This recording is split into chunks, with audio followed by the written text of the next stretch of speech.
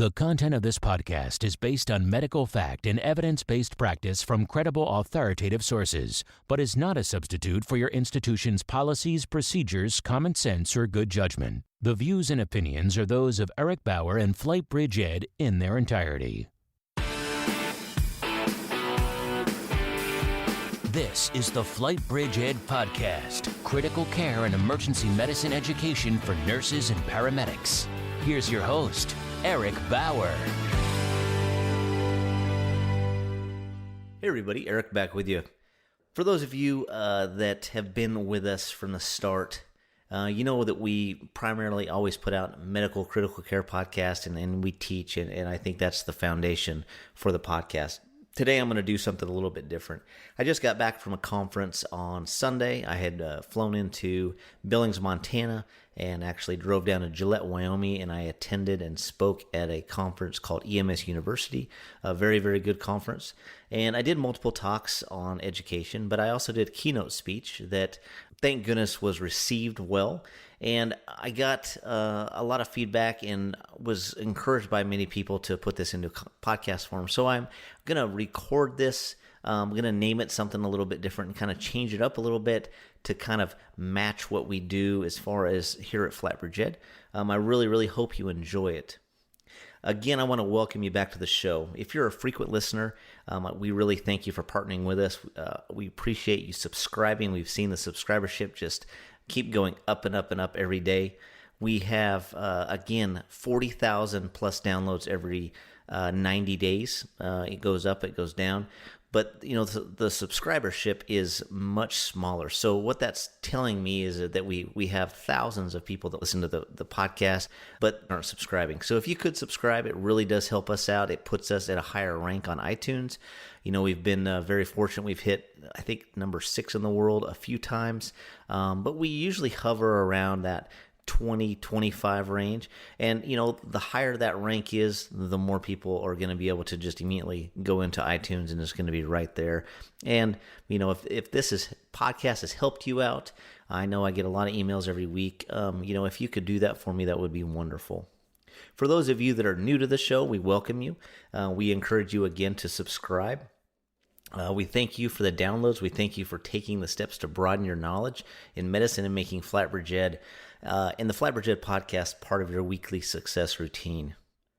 You know, the cool thing is this podcast is very highly practical, and it allows you to immediately apply these concepts to your everyday clinical practice. Whether you're a ground paramedic, aspiring flight nurse or flight paramedic, or already working in the critical care realm, whether you're a nurse, practitioner, a PA, or a doctor, you know, it's really essential that we all fill that cognitive tank. So this show is all about answering your questions, and the FlightBridgeED team, including myself, my wife, we have Bruce Hoffman, we have Mike Verkest, we have Clint Klepping. We all truly want to invest in you. So again, we appreciate you, you know, making this part of your every weekly routine.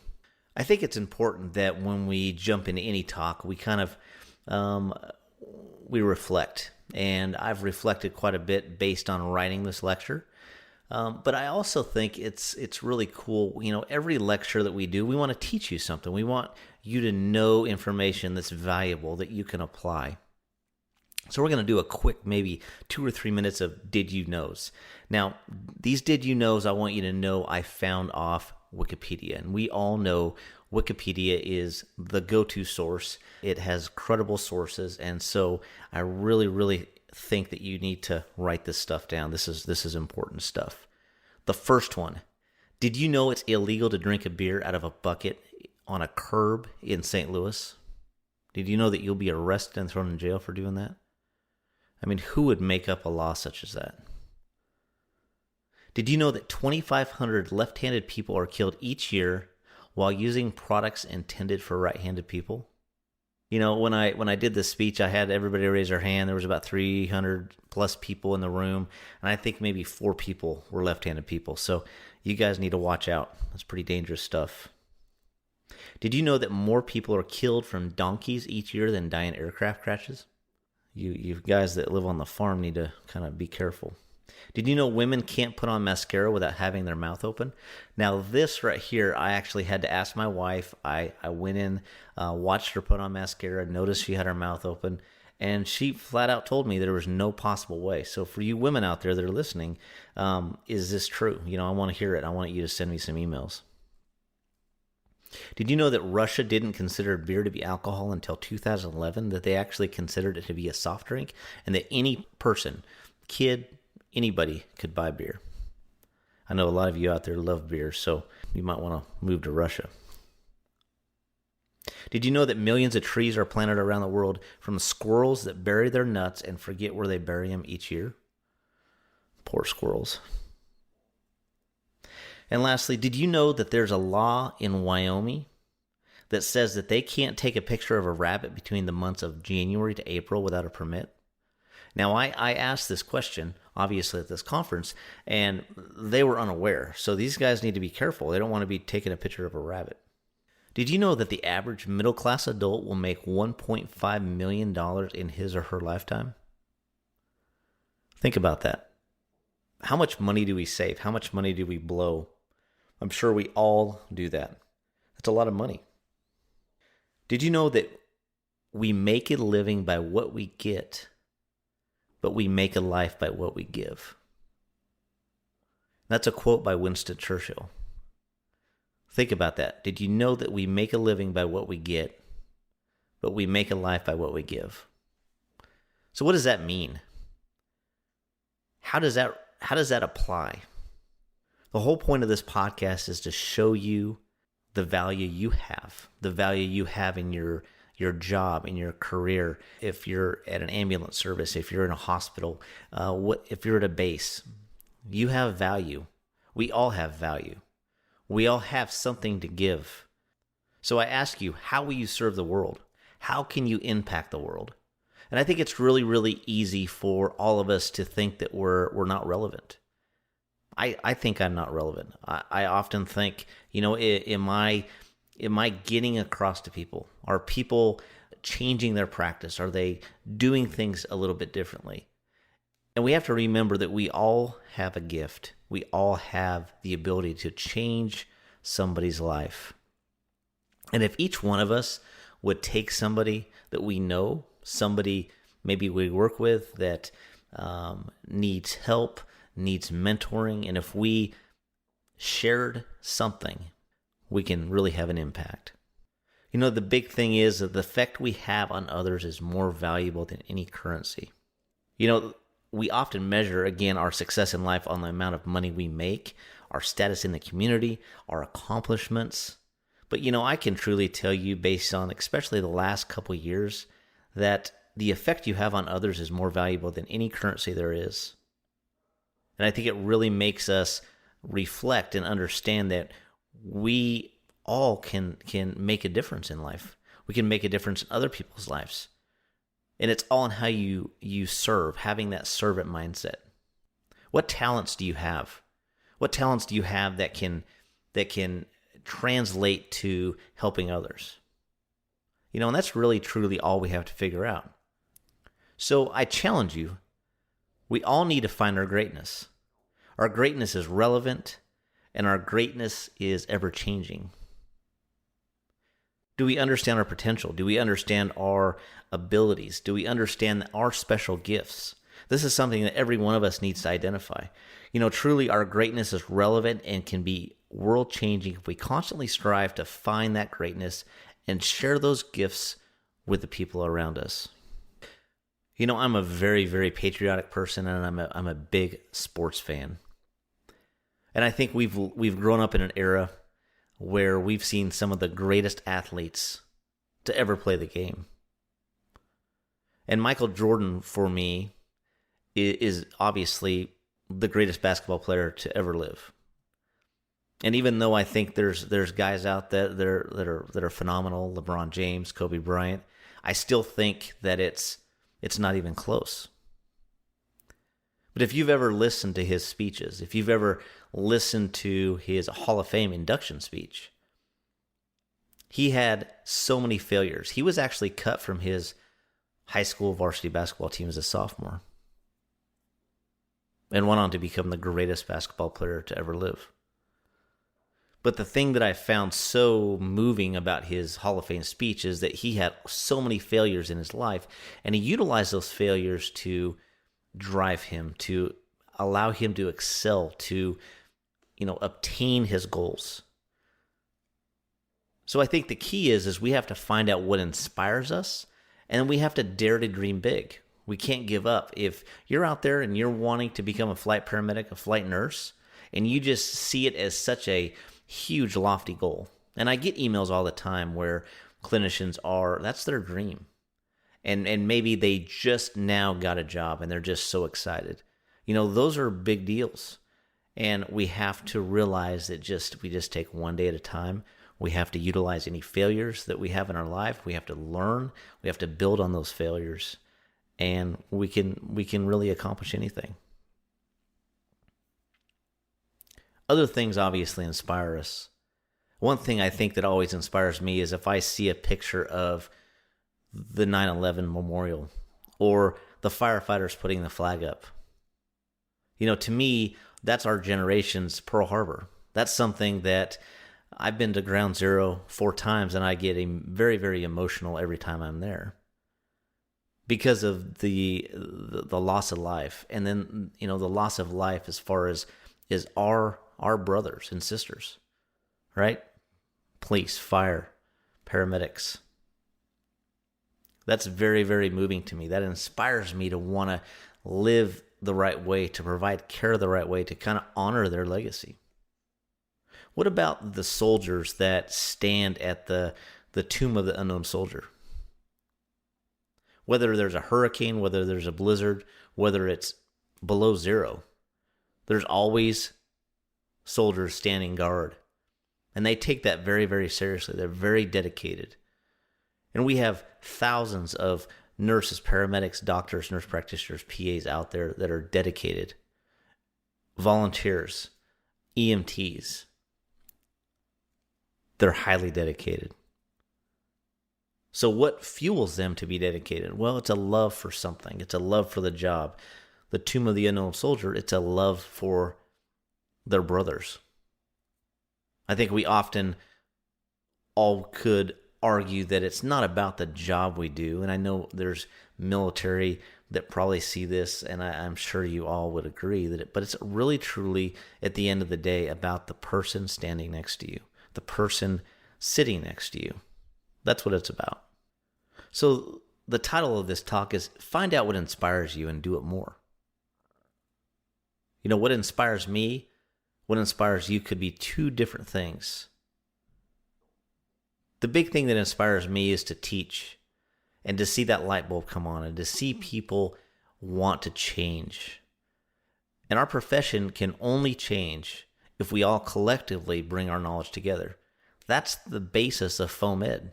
That's the basis of sharing information. We have the smartest generation ever because information is at the touch of our fingers. We share information so fast, so quickly. Do we become complacent? Do we become lazy?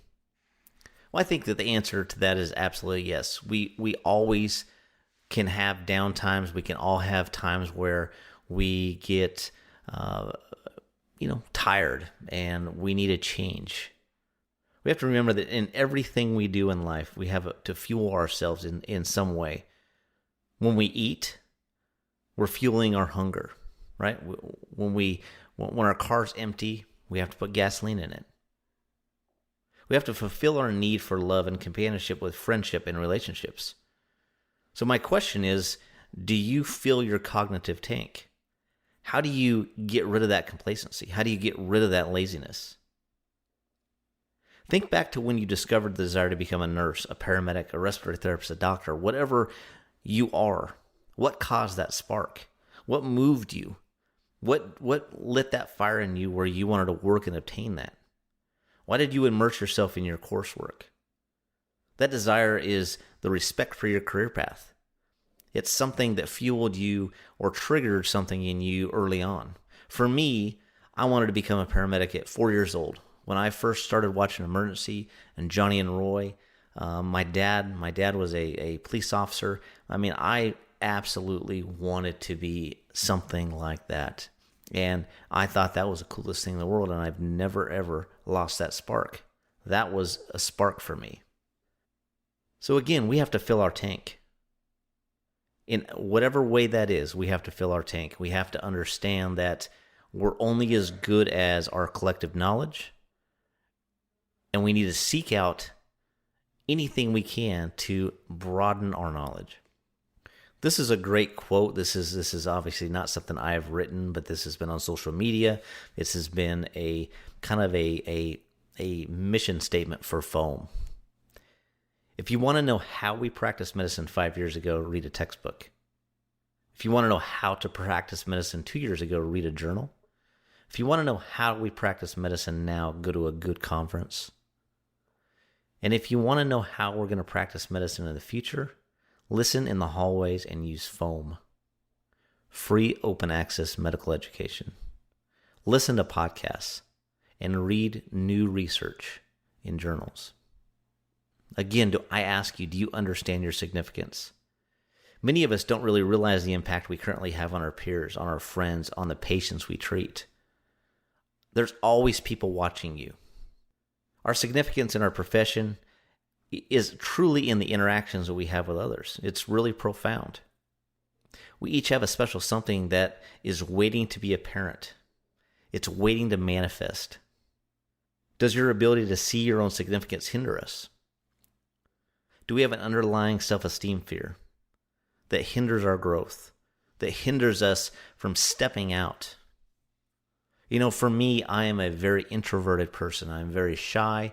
I really am uncomfortable in large groups, but I have to overcome those things.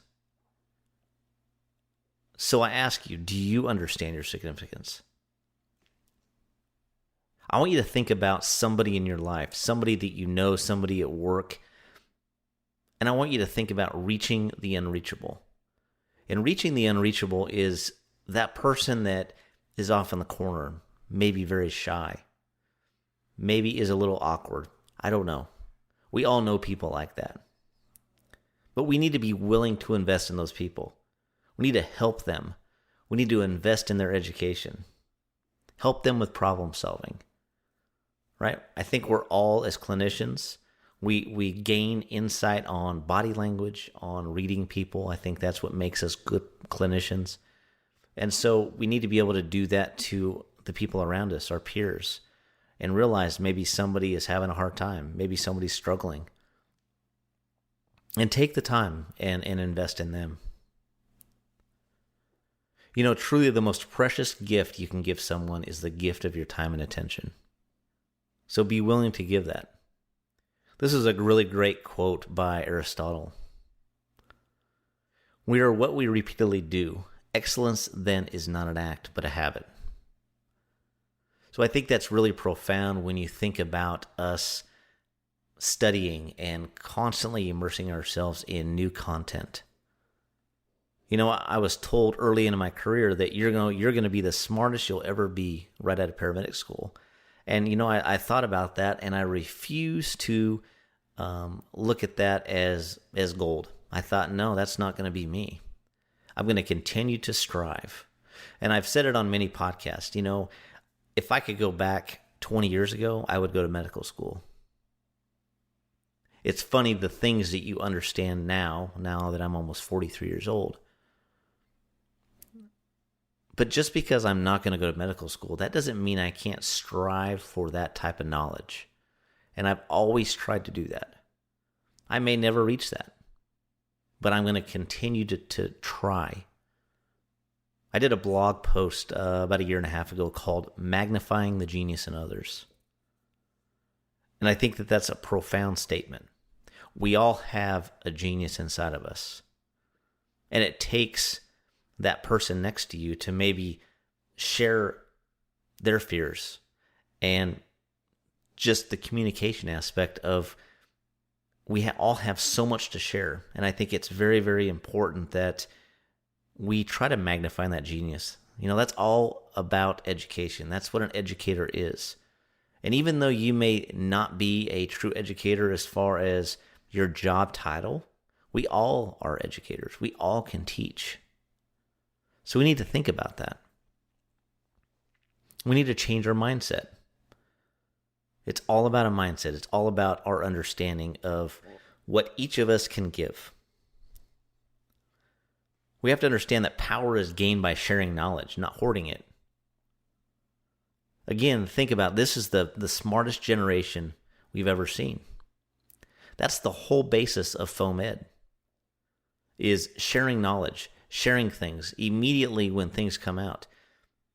I can't tell you how many times I've learned something from colleagues in Australia, Ming, or talking to somebody in Germany, or talking to somebody in Ireland, or, all these areas around the world.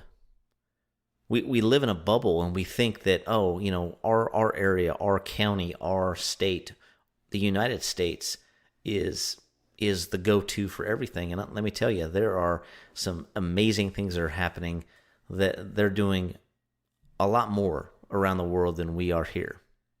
And so we have to share that knowledge. We have to bring that knowledge to our local area. Bring that knowledge, bring those ideas, bring the foam to our medical directors, to our leadership, and try to implement change, because ultimately that change is going to affect our patient care. Be a mentor to somebody. Be a leader, right? If each one of us is a leader, if each one of us took somebody and mentored them, think about how strong our profession would be. It all just takes one.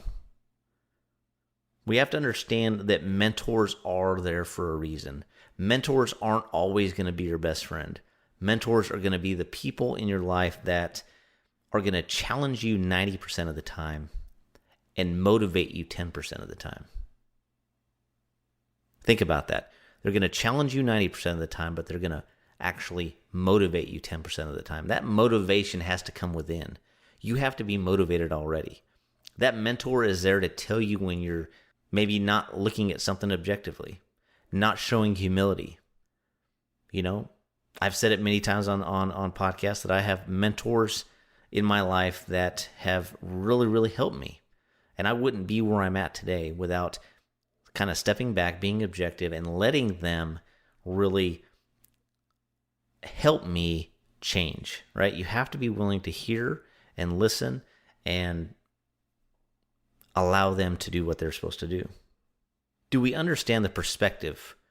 I think it's important to understand that how we looked at things at 16 years old or 20 years old, we really had blinders on.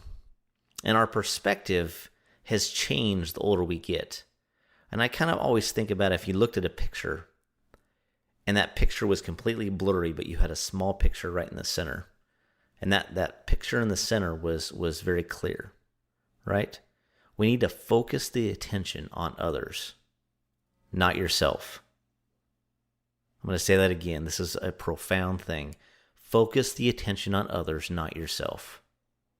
I think there's two types of people out there in our industry. There's people that are going to multiply that genius in others. They're the person that really tries to manifest the team environment. They want the team to succeed. They don't want the attention on them, even though they're the supervisor, the director, the vice president, whatever role they're in. They want the team to be successful, and that team being successful shows that they're successful. And that's exactly what this means. Focus the attention on others, not yourself. The other type of leader is called a diminisher. And that diminisher is that person in the room that is doing all the talking. They want all the accolades. They're not about the team. And they don't engage their employees. And so I think when you're a mentor, when you're a leader, you need to focus that attention on the people around you, not yourself. And I think that that's going to magnify the genius in everybody in the team environment. We need to have like-minded teamwork, right? I think a good team, honestly, is not one that all thinks the same. I think if you brought a team of 5 together, you would want each one of those people to have a little bit different perspective, a little bit different as far as personality goes, because I think that brings objectivity. It brings, a complete different look at different situations. And I think that's the best team. But you have to be a team. Even though you may not agree with everything, it's all about the team. So you need to have a like-minded teamwork. You have to remember that one individual can't change culture. It takes like-minded teamwork. It takes desire to set a new path for our future generation. It takes sharing our experiences. It takes removing the focus on us and placing that focus on the people around us. That's truly how we make a difference.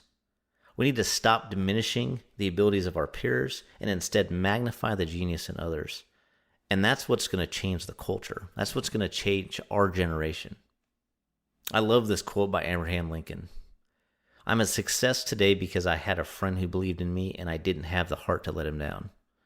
I have people in my life that completely fit that. I am more worried about letting them down than I am about failing. And I think that that's really important in having those people in your life. So again, let's stop diminishing the people around us. Let's build them up. Be a mentor. Be a leader. And again, the choice is yours. The choice really is yours. You need to understand your significance, and you need to magnify the genius in others. You need to multiply that. You need to have that team mindset. As I said before, it's so important, it's so imperative to understand the impact that we have. And I'll leave you with this last. Find out what inspires you and do it more. Again, I want to thank you for taking the time to listen to this podcast. I hope it was something that you needed to hear. And again, I appreciate you subscribing. Again, please take a few minutes and go subscribe. Please do that. It would be really, really amazing. Again, it really helps us on iTunes. And until next time, I will talk to you soon. This has been a production of the FlightBridgeED Podcast, leading the way in pre-hospital critical care and emergency medicine education.